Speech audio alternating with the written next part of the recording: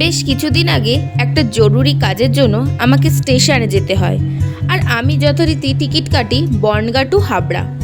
তো সেই দিন বনগাঁ স্টেশনে দেখতে পারি কিছু অসহায় অভুক্ত মানুষকে, যারা এখানে ওখানে ঘুরে বেড়াচ্ছে, যাদের হয়তো থাকার কোনো ঘরই নেই।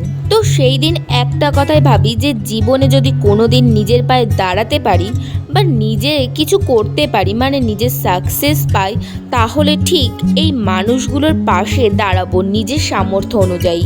সত্যি সেই দিন তাদেরকে দেখে আমি কিছু শিখলাম যে আমরা জীবনে অনেক কিছু পেয়েও নাকি আমাদের অনেক কষ্ট। আর হ্যাঁ, এটাই বাস্তব। আর এরা দিনের পর দিন এইভাবে ঘুরে ঘুরে স্টেশনের রাস্তায় দিন কাটাচ্ছে, তাও কিন্তু এদের কোনো অভিযোগ নেই। আর সেদিন বাড়ি এসে ওই মানুষগুলোর কথা আমি আমার পরিবারের সাথে শেয়ার করি যে আমরা যদি কোনোভাবে তাদেরকে সাহায্য করতে পারি তাহলে ব্যাপারটা কেমন হবে। আর এই কথাটা বলতেই বাড়ির সবাই দেখলাম আমার সাথে একমতও ছিল। মন থেকে বলছি, সেদিন সবাইকে বাড়িতে রাজি করাতে পেরে আমিও অনেক খুশি হয়ে গিয়েছিলাম। তারপর একদিন আমরা ঠিক করি আমরা সামান্য কিছু আয়োজন করব আর সেগুলো নিয়ে বনগাঁ স্টেশনে যাব। আর যথারীতি আমরা কিন্তু আমাদের সামর্থ্য অনুযায়ী কিছু আয়োজন করে আমরা স্টেশনে চলেও গিয়েছিলাম। সত্যি বলতে ওখানে যেসব বাচ্চাগুলো ছিল, ওরা যেভাবে ছুটে আসছিল আমাদের দিকে, সত্যি দেখেও ভালো লাগছিল। তারপর কিন্তু আমরা একে একে সবার কাছে গিয়ে খাবারগুলো দিয়ে আসি। যদিও সেদিন আমি নিজে কিছু করিনি, আমার টাকায়, কারণ আমি এখনও কিছু আর্নিং করি না, তাই সেদিন পুরো দায়িত্বটাই আমার পরিবার নিয়েছিল।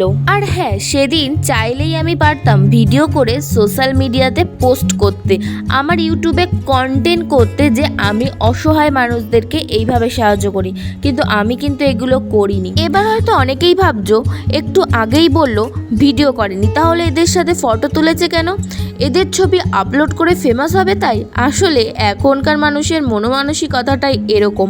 কিন্তু আমি এটা আপলোড করার একমাত্র উদ্দেশ্য হলো আমার এই পোস্টটা দেখে আরও দুজন এগিয়ে আসুক, আরও দুজন ওই মানুষগুলোকে একটু হেল্প করুক, ব্যাস এইটুকুই, আর কিছু না।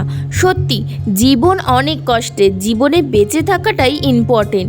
জীবন যুদ্ধ কাকে বলে এদের দেখলে বোঝা যায়।